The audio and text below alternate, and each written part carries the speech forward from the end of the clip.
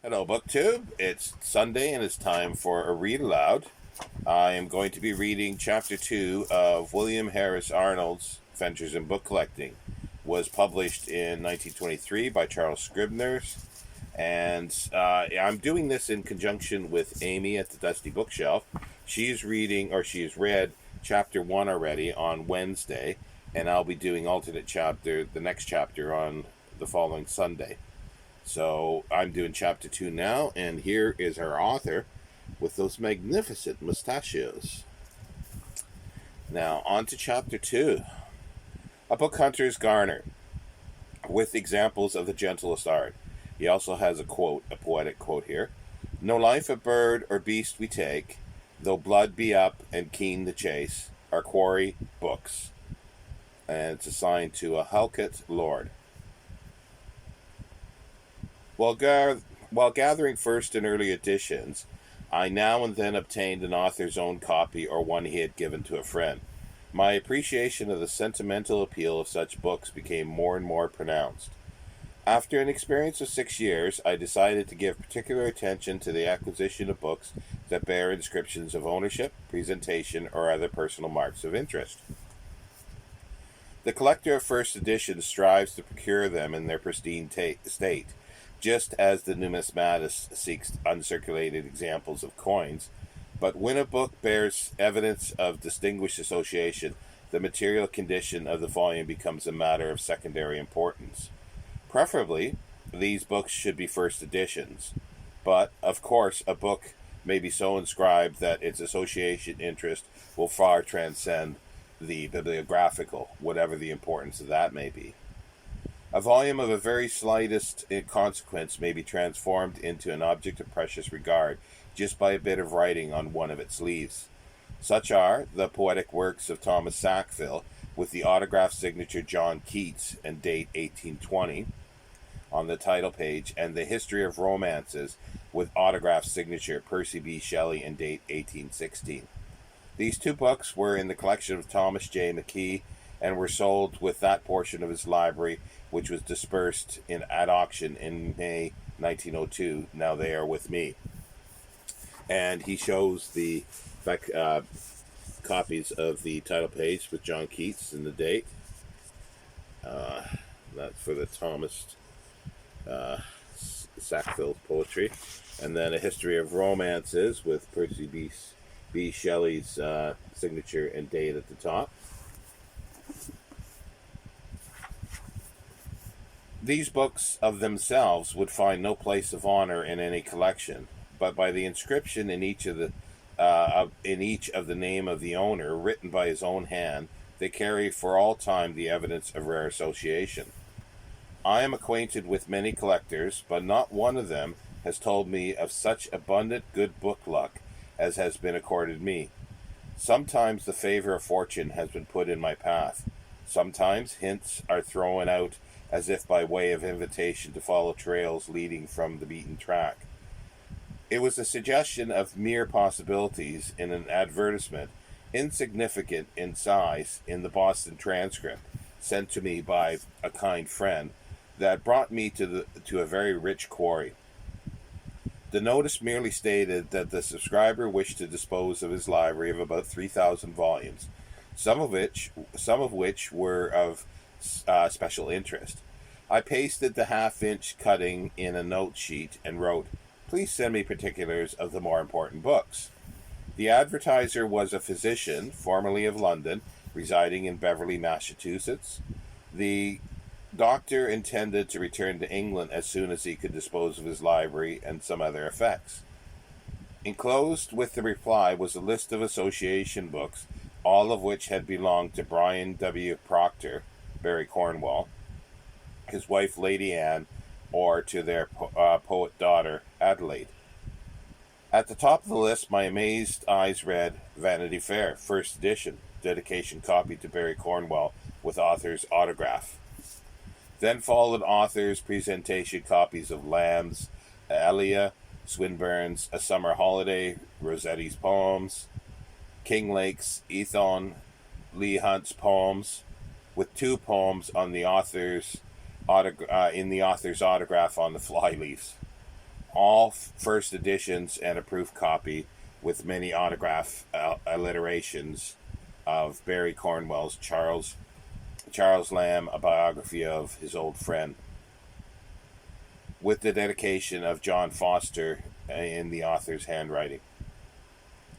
There were also 5 or 6 other association books of only comparatively less interest. All of these the owner would let me have for what seemed a very modest sum for such rarities. A few days later, I was in Beverly. My natural doubts were removed by an inspection of the volumes. The doctor, himself a poet, had been an intimate friend of the Proctors. As I turned to depart with the books under my arm, I noticed a Jacobean armchair, such as one may occasionally see in the chapter house of an English cathedral. I asked, "Are you willing to part with that chair?" "Yes," was the reply. "As I am leaving this country, I wish to dispose of my furniture as well as my books." Thus it was not without fortuitous consequence that a certain charming girl of cultivated taste, to whom years later I appealed, had advised me. Years earlier, I had advised me to put old rather than new furniture in my new bachelor quarters. For this counsel led me to learning something of Chippendales, Sheratons, and Hepplewhites, and to gain a passing acquaintance with even such ecclesiastical examples as the stately reminder of ancient days. The richly carved, age-darkened chair and another of the period of Queen Anne were pronounced choice examples by Ernest F. Hagen, the expert to whom I always resort for judgment on my adventurous furniture acquisitions.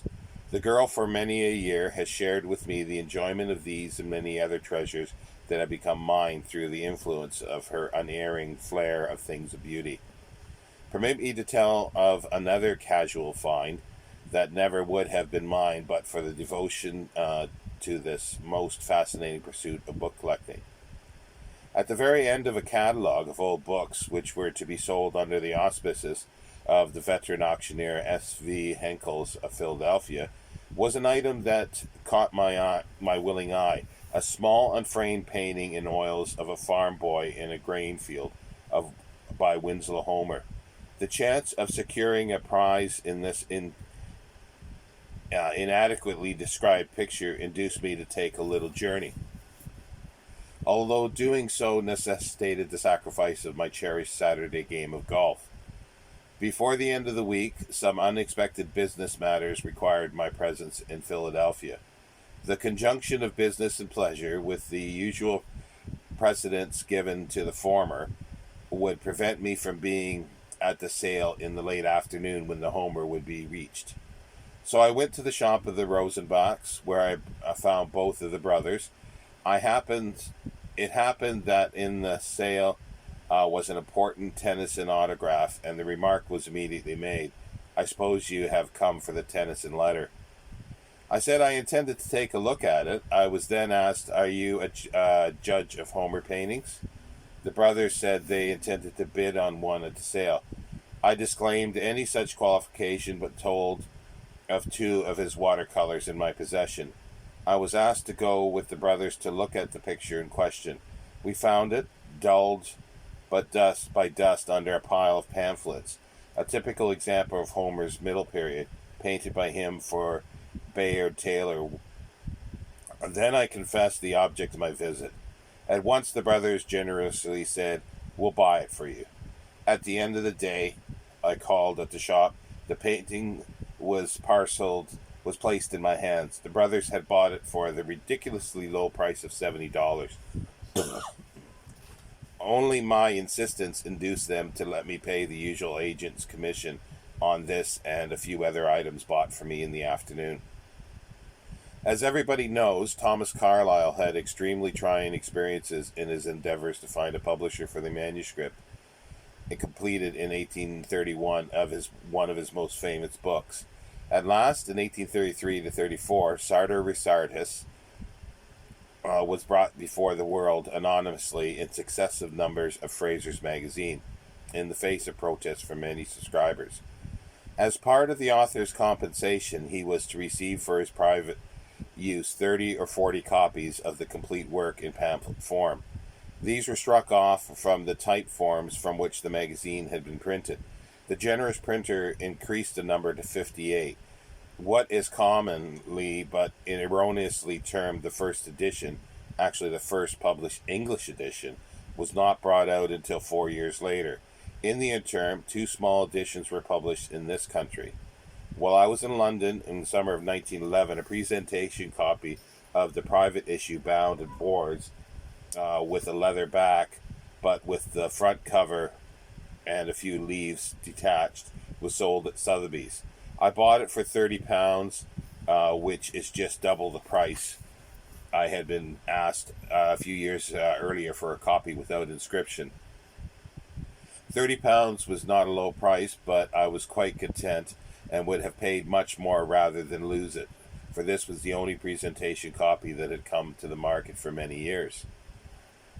I did not then give particular attention to the name of the person for whom the book was inscribed. With other books I had bought in England and Scotland, the volume was sent to my home.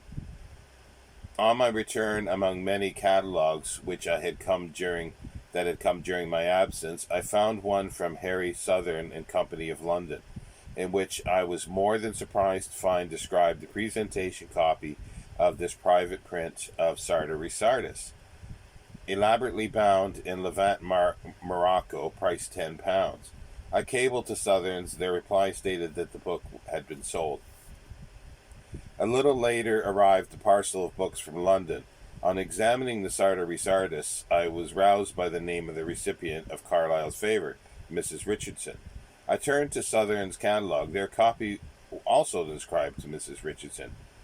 The puzzle was soon resolved. The Southern firm had planned to bind the book and thus described it in their catalogue, but later realized that much too low a price had been put on the rarity. They sent it unaltered to be sold at auction. The book is still in shabby state, for I prefer the old binding to the richest that might be put over its extremely economical leaves.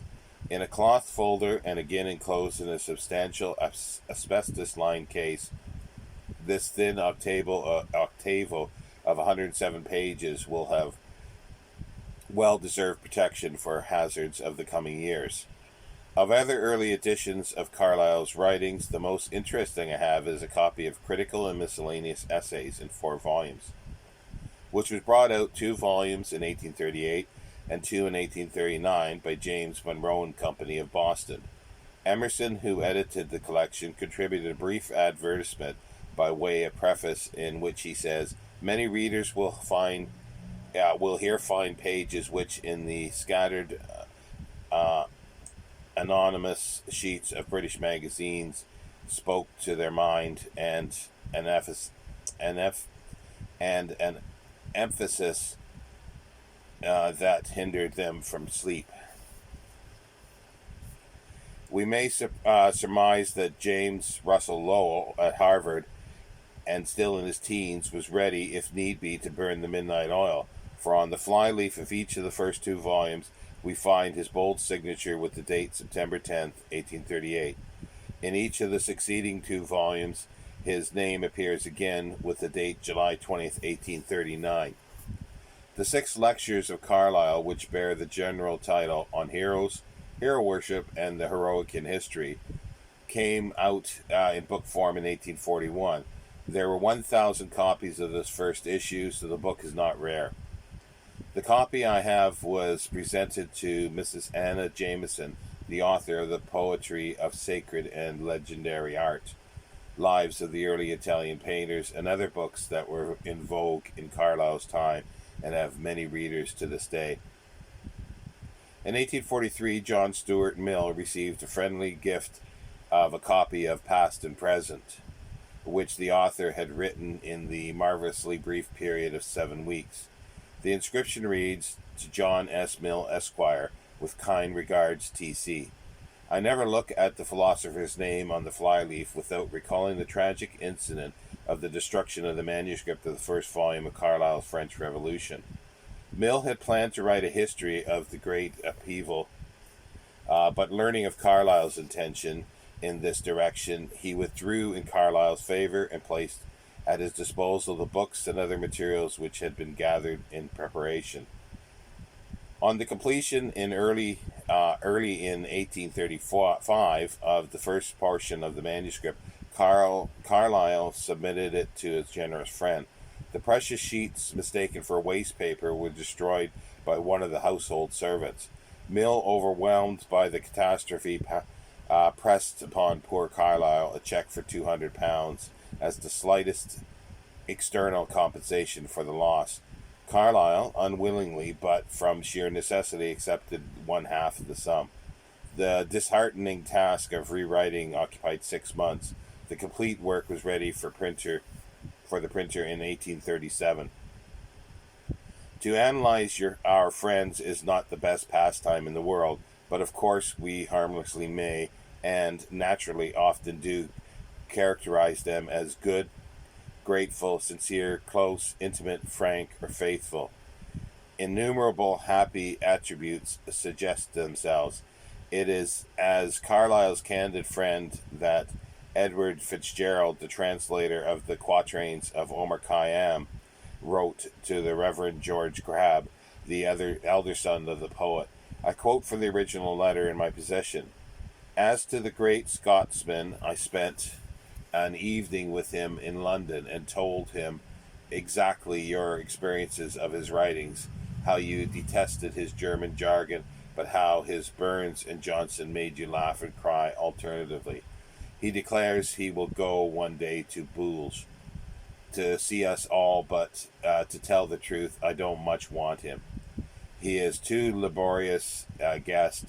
I agree with you in all your admiration of him. You must read his past and present when I get home. Fitzgerald had a peculiar way of treating favorite portions of certain books. He carefully extracted from the volume and the desired chapter or article and had it separately bound and labeled. Thus, from past and present, he took the part entitled The Ancient Monk, consisting of a little more than 100 pages. This is now in my collection. The binding is brown half Morocco with brown cloth sides, lettered in gold lengthwise on the back, Carlyle's Monk. The inside of the front cover bears Fitzgerald's bookplate designed for him by Thackeray. On the flyleaf is his well-known signature. The first mention of Omar Khayyam in the letters of Fitzgerald was in April 1857. His study of Persian had begun a few years earlier. I happen to have his copy of a pocket dictionary of English and Persian by Tucker. On the half title is inscribed Edward Fitzgerald, February 1855, London. So it is fair to assume that with the aid of this very volume, Fitzgerald made the translation of the quatrains that brought fame to his name. In common with most book hunters, I also seek autographed manuscripts, letters, etc. I count myself particularly fortunate to possess a memorandum by Fitzgerald which relates to the meter he used for translation. It begins with this quatrain written in ink. Oh, shall we once again beneath the beams of yon chaste moon renew this night's fond dreams? Or will her rays reflect a flickering path across our lives' far separated streams? Then follows this comment in pencil, also in his hand. I came upon this verse when I was looking around for a suitable meter for the translation, but omitted to note the author's name. I remember being struck by the flickering path imagery, crude but good in picturesque suggestion. I had noted some verses in the Keepsake of 1842 or circa 40. Could it have been there? At my request, an official searcher at the British Museum has looked at the keepsakes for 1835 to 45 inclusive, but he has not found the verse. I should be much gratified to learn from anyone who can tell me where the lines appeared. The first edition of Fitzgerald's Omar was printed in 1859 on a modest paper-covered volume. He thus tells of it. As to my own peccadilloes in verse, which never pretend to be original, this is the story of Rubaiyat. I had translated them partly for Cowell, Young Parker asked me some years ago for something for Fraser, and I gave him the less wicked of these to use if he chose. He kept them for 2 years without using, and as I saw he didn't want them in print, I printed some copies with Quaritch, and keeping some for myself, gave him the rest. Cowell, to whom I sent a copy, was naturally alarmed at it, he being a very religious man, or have I given any nor have I given any other copy but to George Burrow, to whom I had once lent the Persian, and to old Dunn when he was down here the other day, to whom I was showing a passage in another book which brought up my old Omar up. The little books did not find ready sale, priced originally at half a crown, soon reduced to a shilling, then sixpence. Quaritch finally exposed them to the stand outside his shop at twopence or a penny. Authorities differ as to the exact depth of the commercial degradation. One of these waifs was brought by Dante Gabriel Rossetti, who quickly recognized the unusual merit of the verses, spoke and wrote about them to many friends. In 1990, the Quaritch firm sold a copy in its original state for £120, and in April 1920, the Holden copy was sold at auction in New York for $975. No one has enriched the books he owned or borrowed as did Samuel Taylor Coleridge. Besides his notes on the margins of the printed page, he often filled the flyleaves with criticisms and comment. For instance, in his own Elsevier copy of John Barclay's Argenis, now in my possession, are 7 closely written pages of scholarly praise of the old romance, a book apparently as neglected 100 years ago as it is today, for the critic says, "It absolutely distresses me when I reflect that this work, admired as it has been by great men of all ages, and lately, I hear, by the poet Cowper, should be only not unknown to general readers." In Alan Cunningham's copy of Bibliographica Scotiana, in which Coleridge has written remarks in relation to certain parts of the book in the extent of more than 150 lines, he adds his signature with an apologetic postscript. S.T. Coleridge, who entreats and trusts in Alan Cunningham's pardon for thus be scrawling a leaf of his book. A.C. may be assured that S.T.C. is not so devoid either of general taste or of gratitude for pleasures enjoyed as to have treated a book of A. Cunningham's own creation so irreverently. In all, no fewer than 4.5 pages were covered with the closely written lines, but we may take for granted that A.C., whose name in full is inscribed on the title page, fostered no resentment. It is this generous critical contribution that today renders the old octavo worthy of careful preservation. In the spring of 1808, Coleridge wrote a critique for the Edinburgh Review on the history of the abolition of the slave trade by Thomas Clarkson, with whom he had long been a sympathetic relation. Clarkson, though not himself a friend for many years, had united his efforts with those of the English Quakers to bring about the suppression of the atrocious traffic throughout the British Empire. In a letter I have dated March 9 of the same year, in response to an invitation, Coleridge thus writes to Mr. Clarkson, "I cannot come to you. What indeed could I bring but discomfort? But Wordsworth certainly will spend a day or two with your uncle, and he is a comforter.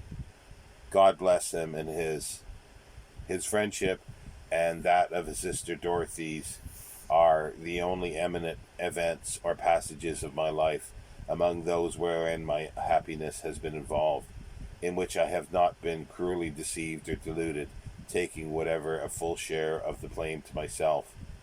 Coleridge was in much distress of mind and body, for he further says in the same letter, As soon as I have written this, I shall, God willing, go down to Bristol and place myself under the immediate care of Dr. Beddoes, more for duty than from any hope of recovery, or to utter the whole truth from any wish of life. Later in the same year, the Clarksons had renewed their invitation, and Coleridge came to their home in Bury St. Edmunds.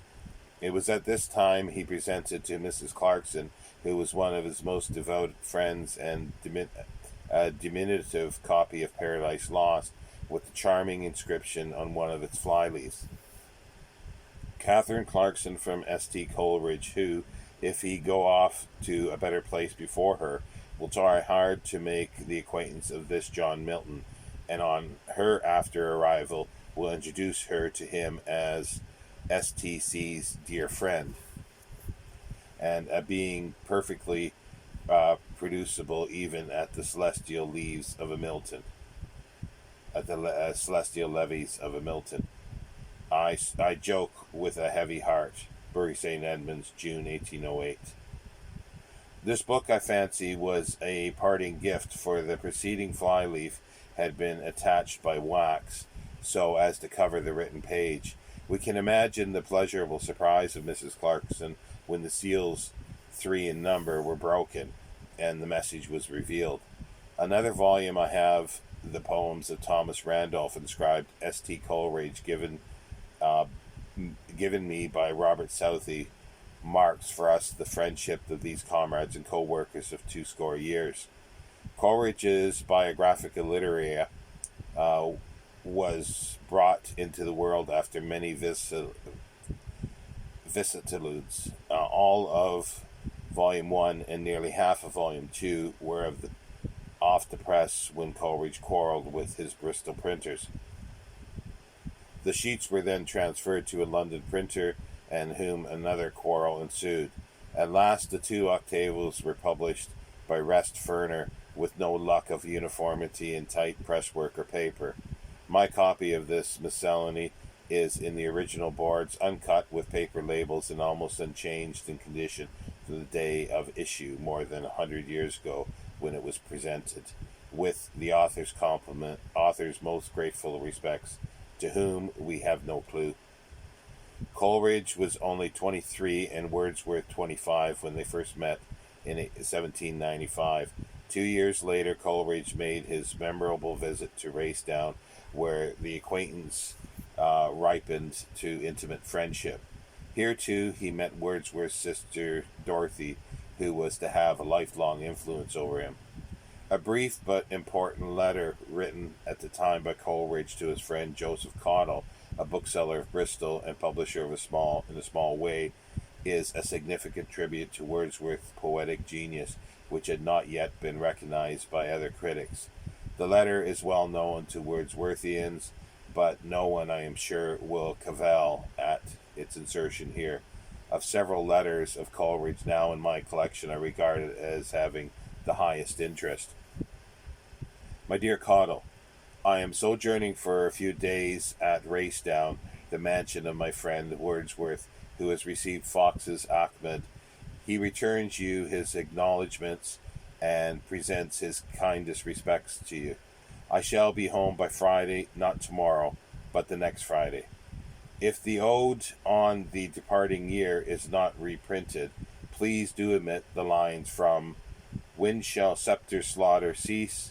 to "For still does madness roam on guilt's bleak dizzy height," inclusive. The first epode is to end at the words "murderous fate."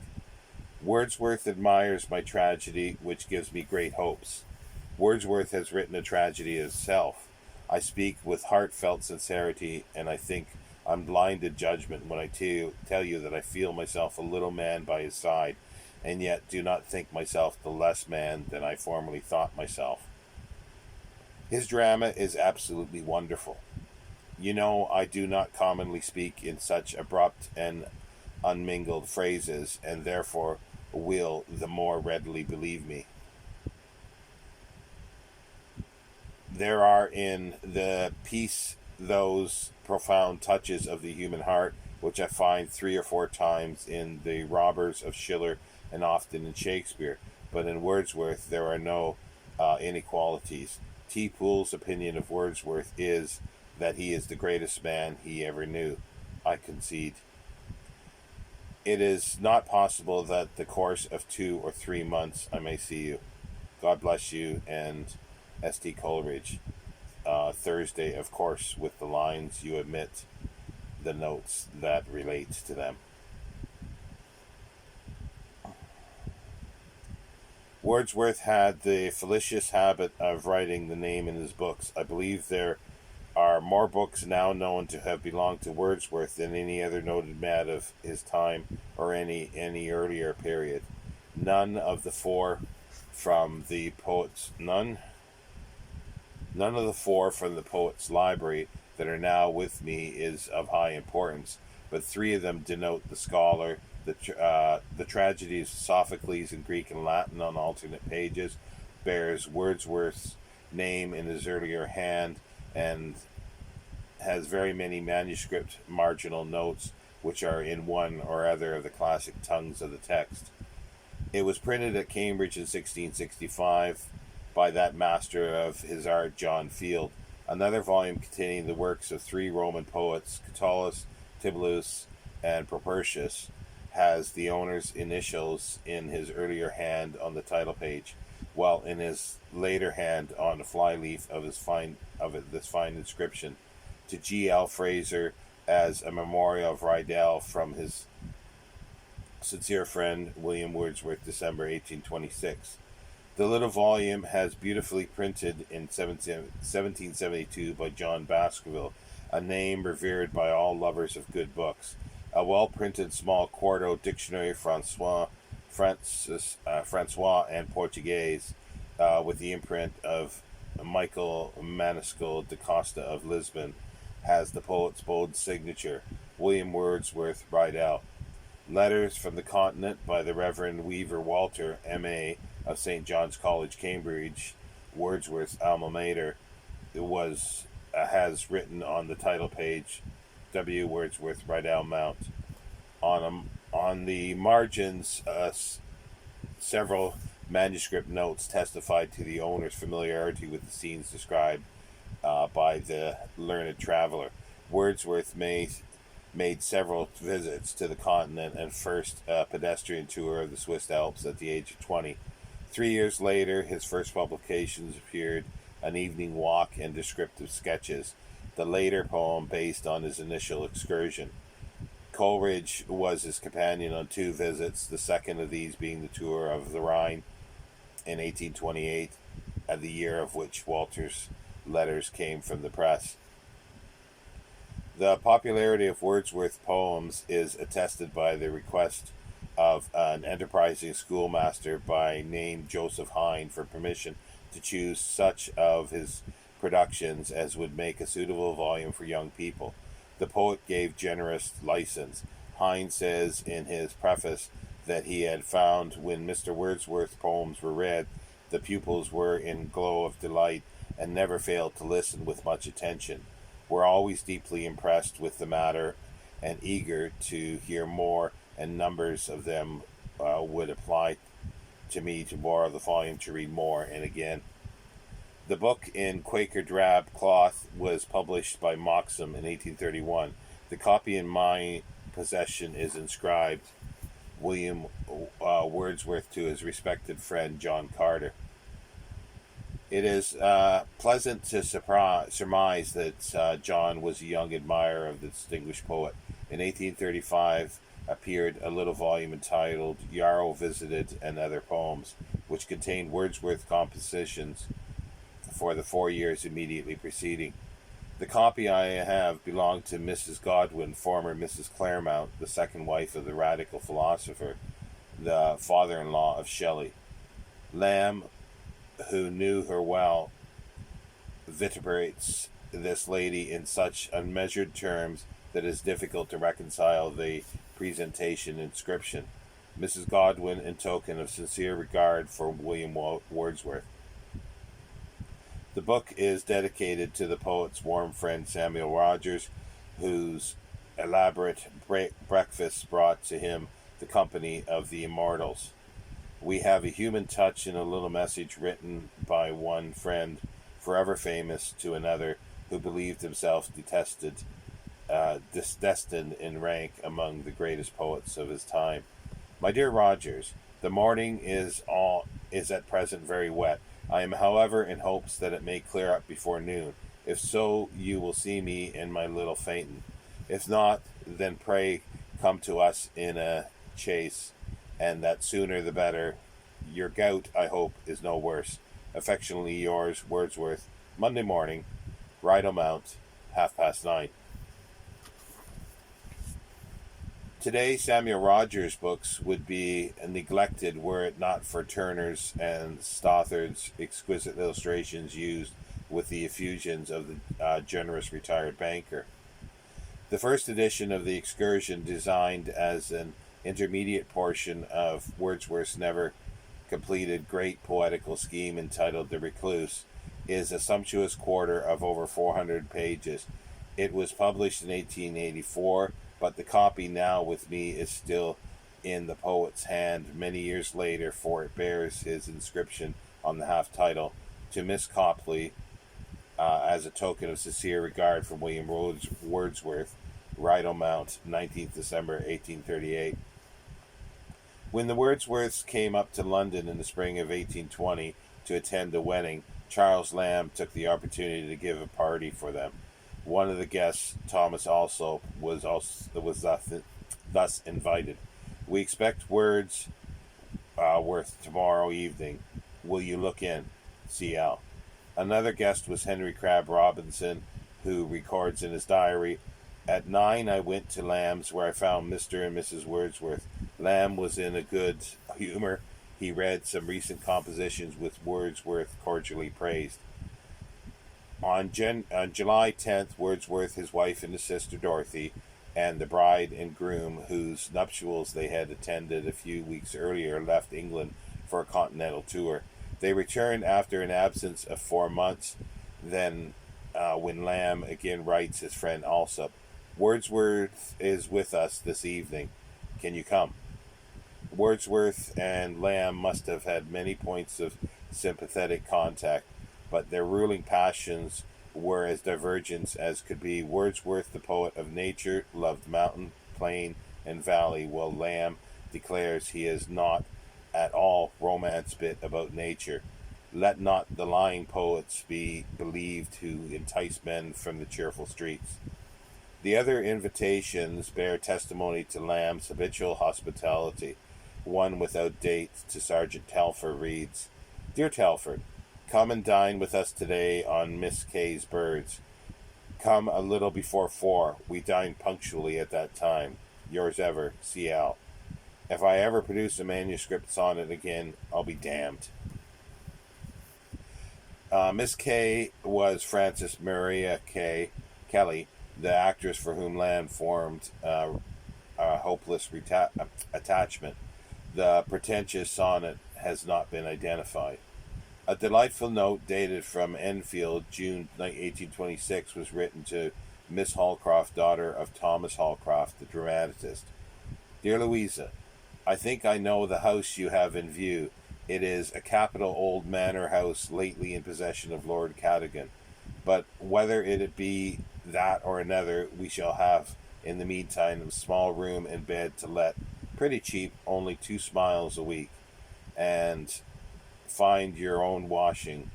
If you are not already on the road, set out from the Bell Holborn at 4:30, and ask to be set down at Mr. Lamb's on the chase. Mary joins me in the hope of seeing you very speedily, and in love to you all. Yours truly, C. Lamb." Mary has left off writing letters. I do all. It is my good fortune to possess 2 copies of the first edition of Lamb. One of those is in what booksellers term fine collector's condition.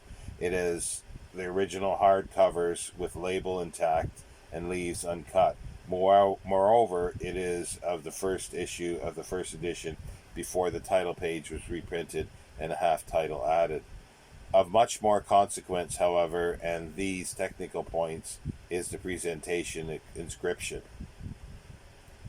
Mr. John Clare, with Elia's regards. John Clare, now almost forgotten, was known in his day as the Northamptonshire peasant poet. He was the author of 4 volumes of verse. Clare died in 1864, leaving his widow in such needy circumstances that she sold the Elia and other books presented to Clare by Lamb to Mr. John Taylor. Subsequently, a fund was gathered by a committee formed for the purpose, and the precious volumes were taken over from Mr. Taylor and presented to the Northampton Museum, where they remained until 1902. When, despite an organized protest against such blind auction, the museum trustees sent them to London to be sold at auction, the proceeds were used to buy books of reference for the library. My other Elia, also of the first issue of the first edition, though leather-bound, is much worn and loose at the hinges. It was given by Lamb to the comedian Joseph S. Mudden, who, as will be remembered, is the subject of the last essay of the book. On the flyleaf is the distinguished tribute. Mr. Lamb presents his respects to Mr. Munden and begs his acceptance of a volume, at the end of which he has ventured a faint description of the pleasure he has received from Mr. Munden's acting. 20 Great Russell Street, Covent Garden. Elia was published in 1823. In 1833 followed the second collection, Last Essays of Elia. The copy now with me is briefly inscribed to one of Lamb's closest friends, for Hazlitt, from the author. Lamb had no more faithful friend than his biographer, Brian Waller Proctor. In a letter written to him to Sergeant Telford, there are a few words which afford us one more happy glimpse. I saw Lamb some 3 or 4 weeks ago. He had a superfluous gaiety about him, which at last I traced to a recent legacy, a 32-pounder, which he wished me to keep secret even from the gods. A friend of mine, when told of my intention to print these anecdotes, expressed the opinion that it might be better worthwhile to call Why People Collect Books. Such an explanation would require one to expound the philosophy of collecting, a task far beyond my powers. Moreover, I should be as reluctant to dissect my joys as to analyze my friends. If through reading my experiences anyone comes in some measure to appreciate the spirit of the pursuit, it seems to me that this is a far happier result than any which might be obtained from the perusal of a dissertation on the ways and wherefores of collecting. It is a pleasure to relate incidents of my experiences which now cover a period of almost 30 years. If these prove of interest to present-day readers, I shall be encouraged in the hope that they may have a permanent value as a contribution, however slight, to the record of book collecting in our country. And so ends Chapter 2. I just found that amazing, especially the John Clare. Most of John Clare's books, just as an aside, are, I think there was 400 and some books that they're still at the Northampton Public Library, and those were sold in 1902. As it says in here, all Lamb ones. I wasn't aware that they were just Lamb's books that were sold. I know a number were. There was a little booklet that was published in the 60s listing John Clare's library. It also it comes with a cabinet with closed doors where he kept his books, and most of them were presentation copies from various authors. The book is out of print now, and I've got a PDF of it somewhere. I'll have to look it up and see where the Lamb's ones, which ones are the ones that are missing. But yeah, just his whole collecting. It's a bit, he rambles, like he goes from jumps from topic to topic, but it's just fascinating, the material that he was able to pick up. It's just amazing. Anyway, I look forward to reading Chapter 4 on next Sunday and listening to Amy's Chapter 3 on Wednesday. Take care, BookTube.